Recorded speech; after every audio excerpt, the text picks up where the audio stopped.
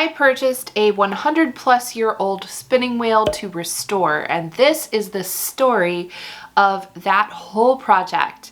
I wanted to talk about this because I get this question multiple times a week in my email. And that question is, help me, I found this antique wheel, should I get it? And is it a good wheel? I wish that I had the time to spend with each and every one of the people who send me these emails. Oftentimes, the pictures of those spinning wheels are people think that nobody spins anymore, and they think it's going to be a display wheel, typically. That's what I see a lot. And so they take pictures of like, look at this cool thing for a display. They don't take up close detailed pictures of the mechanics of the wheel, the moving parts, the pieces they might not even know are missing. And many times people will assume if the drive wheel goes around that the wheel works. And there's so much more to it. So I don't answer those emails. It's just too hard to evaluate equipment from a distance. Usually the response that most experienced spinners are going to give you is stay away from those antiques, find something reliable, learn on that, and then if you want a real project, go and restore an antique. But we often don't get to see what that restoration process actually looks like. And so I did go out and find an antique wheel with the intention of restoring it so you could see what that all entails. When I saw the listing for this wheel that I picked up, that I will be giving you details about, it was one of those distance pictures, and it was difficult to see if everything was there, and if it was, what kind of condition it was in. Sometimes all the parts are there, but the wood is dry and brittle and things are cracked and will crumble if you try to put tension on it to get it to run again. Sometimes things are in great shape. Sometimes everything's missing. You just don't know until you really see it in person. So that's one of those things that can be very difficult to gauge. But sometimes you will luck out. I feel like I lucked out with this one. And you'll find something that's worth restoring and that can become a good and functioning wheel. So Mark and I drove a couple hours. It was in a sale barn, literally a barn, where people from the area bring stuff. Estate sale things frequently end up there, and they have times when they're open and you can go and see what's there and buy stuff. Sometimes they do auctions.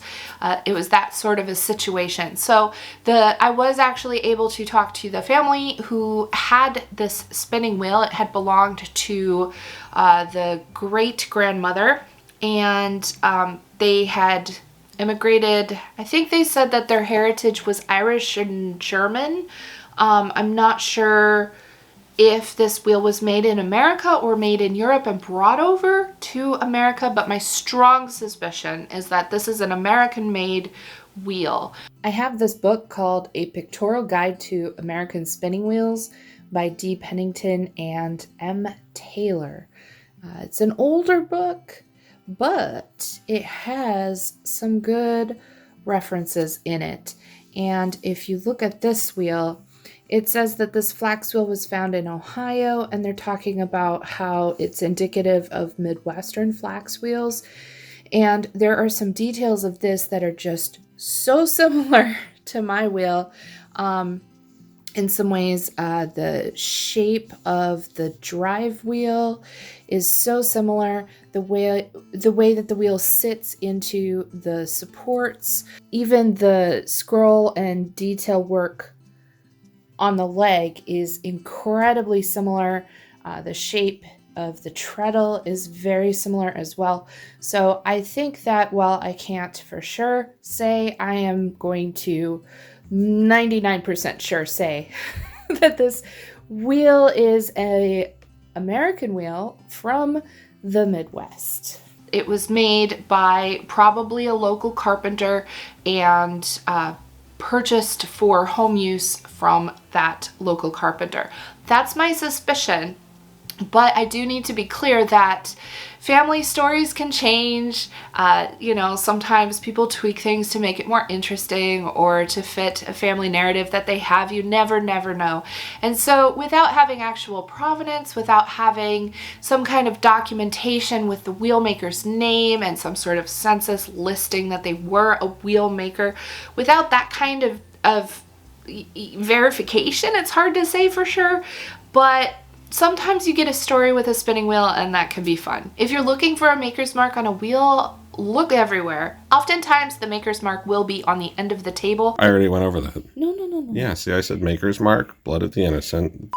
Here's the maker's mark in the wood grain end of the table. It's stamped in there, but it's still a little hard to see what it says. So I'm going to do a classic old-fashioned pencil rubbing. Oh, that one's really nice. I had to practice like 5 times. No, this is your first time. You're a natural. And the magic of editing. So we think that it says Kirk. This looks like it says Kirk. This we can't quite tell what it says, but I'm going to go with a J and a T. Clearly, this wheel was made by James T. Kirk. Facts. And other times it will be on the top or on the sides or even on the bottom. So if you are particularly looking for a maker's mark, make sure you look everywhere. So Kirk was not their family name, and that was part of the reason why I thought that perhaps some other outside person who was making spinning wheels made it, and the family purchased it for their own use here in America. That's my theory. Don't know for sure. The wheel was in, I would say, fair condition. It wasn't in instant spinnable condition. When I go to look at an antique wheel, or any wheel really, I bring a little kit with me, and there's a couple things that I have in the kit. I have fiber to spin so that I can test it out. I have a piece of cotton cord so that I can, usually it will require a drive band to be replaced or put on there if there isn't one. This one did have the original drive band, but it was in rough shape and I didn't trust it. I put a drive band on there. I bring scissors because that's useful. I bring some oil. Also, you want to lubricate those parts. Bring a rag because sometimes if it's been oiled, it can be sticky and kind of gunked up. It can also help to bring some rubbing alcohol, and that is because sometimes things will get sticky and having a solvent can break up some of the gunky oil and get things moving again. The goal is to be able to spin yarn onto the wheel before bringing it home. That's how we know we have a good functioning wheel, but it can take a little TLC there in the moment to get that to happen. I was able to spin some with this spinning wheel, but this wheel did have some cracks in the wood. The bobbin was cracked and the hooks on the flyer were in really poor shape. A lot of these old wheels have been stored in not ideal conditions, and sometimes there's moisture and humidity in the air or in the attic or the barn or the basement where they get stored, and that can cause the metal parts to rust. And if it has previously been used for spinning flax, flax is a very strong fiber and it can aggressively cut into the wood and into the metal hooks on the flyer, and it can cause those to corrode, especially if it's being spun wet or damp. It puts moisture into those metal parts, and over time that can cause the corrosion and rust that we might see. So those are also things to watch out for. You don't want to get a wheel that's entirely worn out and needs to have metal parts replaced unless you are prepared to invest in it to replace those metal parts. And so after some finagling and fussing, I did attract a little bit of a crowd, and I did get the wheel turning and moving, and so I did purchase it and brought it home. I can't quite remember how much I paid for it. I want to say maybe it was $80, perhaps? Yeah, I would say it was worth it. So we had this wheel. Now, what are some of the things that I needed to do to it? The bobbin was cracked in a way that it could catch and snag on the drive band, which would cause the whole thing to jam up and be a disaster and not spin. So I was concerned about that. I also wanted to have more bobbins because you can never have too many bobbins. But when you have an antique wheel, if there are no bobbins, you can't spin. Same thing with the flyer. If there's no flyer, you can't spin. Fortunately, this one had a good flyer in great condition, except that those hooks were pretty worn out. So I'm going to mention here real quick, the worst thing you can do is just start yanking out those hooks, those flyer arms. That wood, especially if it's old, it can be so brittle and you can absolutely destroy the flyer. And the other thing to never ever ever do is get cup hooks and screw those in. Again, it can just cause that wood to split and crack. You want to have someone who's knowledgeable about woodworking and, if possible, knowledgeable about spinning wheel repairs. The other couple little things on this wheel were that the distaff was some kind of a Frankenwheel thing. It had a distaff on it, but definitely not the original. You can usually tell if the distaff is original to the wheel because the wood will match, the stain will match, it will have a similar patina because it has gone through, you know, whatever furniture polish and waxing and maintenance and care and humidity and all of that together at the same time, and that causes the wood to age similarly, so it will match. Also, the turnings on the legs and on the maidens will have a cohesive look that should match the distaff. And so when I saw that the distaff had a different style of wood turning on it and it was missing the third piece, and it was a different color wood and stain, it definitely was a distaff from a different spinning wheel. Where that spinning wheel ended up, who knows? Where it came from, who knows? My goal for this wheel was to get it spinning again, and I contacted Spirit Wood Wheel Restoration to do that for me. John was absolutely amazing to work with from Spirit Wood. I highly recommend. I had a great experience. He asked so many questions to make sure that I was getting exactly what I wanted, and he even matched the stain on the wood, which I'm thoroughly impressed. I wanted to have the bobbin repaired, and I also wanted to acquire 2 more bobbins. You can never have enough bobbins, right? He created 2 more bobbins for me, and he matched the stain on those bobbins, so I can put them all next to each other and I can't even tell which was the original bobbin. Here are the 2 bobbins side by side. One of these is the original bobbin and one of these is the new bobbin. Can you tell which is new and which is original? I'll tell you, the one in my left hand is the original. This is where the piece was cracked off, and this is the repair that was done. It's completely smooth, totally solid. I have no worries. He put leather bearings inside the new bobbins as well as the original bobbin. And John talked about how a lot of modern wheels have nylon bearings, and that's what gives you a very rattly sound when you're in a double drive. Those original old leather bearings don't have that rattly sound, and they will absorb and hold oil, and so you're able to lubricate them as well for when you're spinning, and it makes the wheel a little quieter, although I don't mind a chatty wheel while I spin.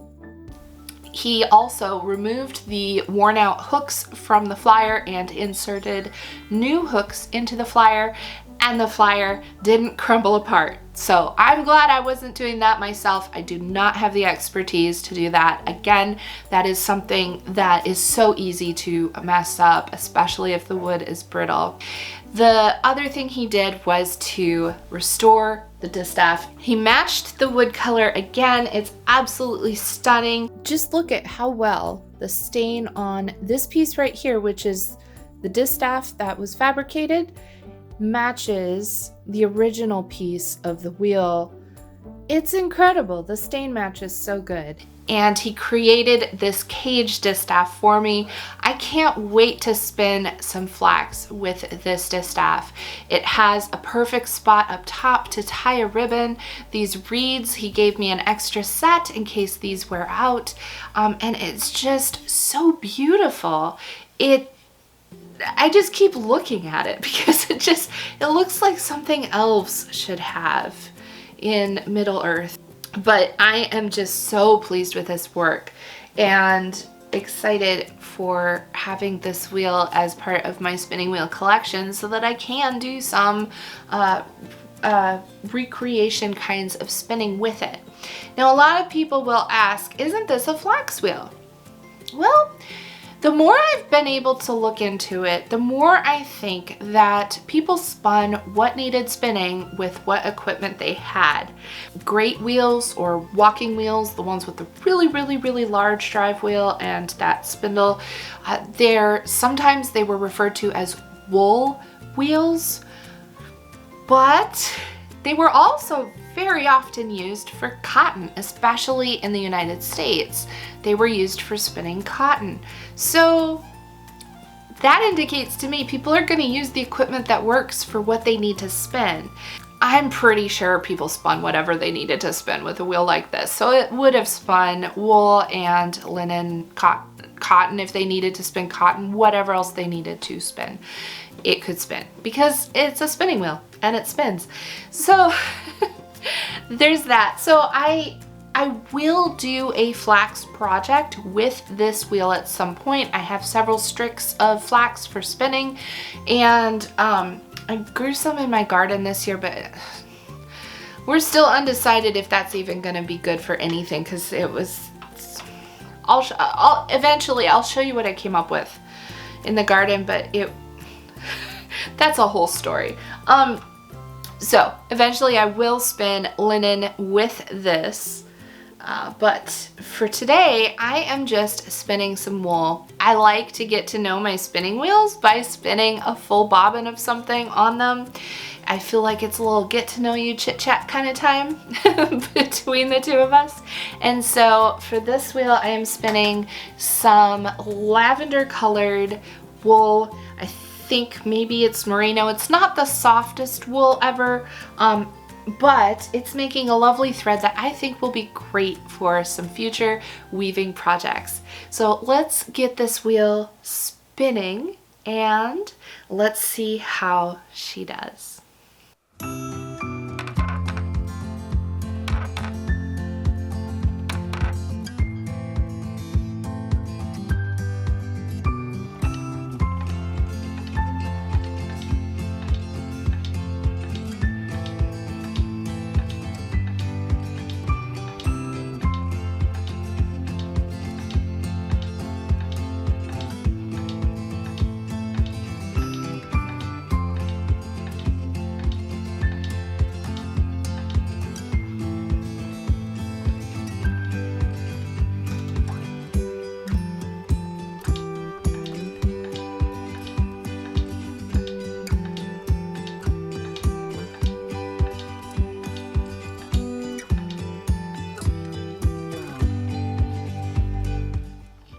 One of the most romantic things that people love to talk about with these old spinning wheels is that occasionally when they have been well used and loved, you can put your foot on the treadle and feel where the wood has been rubbed down into the shape of the wheel's previous owner.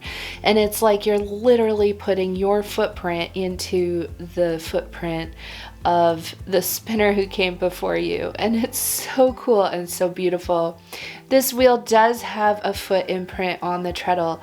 It's a little hard to see with the camera, but I can definitely feel it when I put my foot there. Now, I know that a lot of people are going to say, but how much did it cost? So all in all, this wheel, with between ordering the parts to be repaired and purchasing the wheel in the first place and paying all of the shipping for them to go to an expert, just know that restoring an antique wheel is going to up that price tag much more than what that initial cost might appear to be. If you're a spinner who wants to spin very fine thread if you want to spin in a historic type of way, perhaps for reenactment or demonstration purposes. If you are a spinner who wants to weave with the stuff you're spinning and you're really happy with singles, then restoring an antique wheel, even if it only has one bobbin, might work for you. There are many old spinning wheels out there that could be given new life if they receive the right attention, investment, and expertise to get them spinning again. And I do think that's really cool. So many of us have fallen in love with fiber arts and feel that sort of historic and family connection to those who came before us who were spinners and weavers perhaps, or feeling a cultural connection to using the type of equipment that was being made for our particular culture or region. Wherever that may be. Those are really wonderful things that you can explore by restoring some of this old and antique equipment. I have talked with several people who have restored spinning wheels above and beyond what most people would consider salvageable, simply because that was the wheel that their ancestor had used. And they wanted to spin with it. They wanted that family connection. And I think that's a really cool and really beautiful thing. So if that's something that you want to do, I don't want to discourage anyone from investing in a wheel to restore, but do know what it's going to take to do that. And do know that some wheels just might not be worth it, or maybe not worth it for you. So that's important to be aware of. If you are going to take the plunge and look at some antique equipment, usually they are going to be double drive, and I have a video breaking down all of the very specific mechanical things that are going on with a double drive wheel. Watch that video before you go look at an antique wheel. It will help you get a sense of how everything should work. And if you can, try and spin some yarn on that wheel before you make the purchase. That will help you know if it's worth salvaging or not, and give you some information about what might need repair so you can at least get some price quotes. So John, if you're watching, thank you so much for taking on this project for me. I might have some more for you in the future because I am so thrilled with how this one turned out. I think ultimately it's important to recognize that there's no one-size-fits-all spinning solution for each person. We all have different goals and different things that we want to explore when we come to spinning and fiber arts. Sometimes using the antique equipment is part of what draws us, and that is something we want to explore. Fiber friends, if you get the opportunity to take on a restoration project, I would love to know how it goes. I wish you all the best and happy spinning.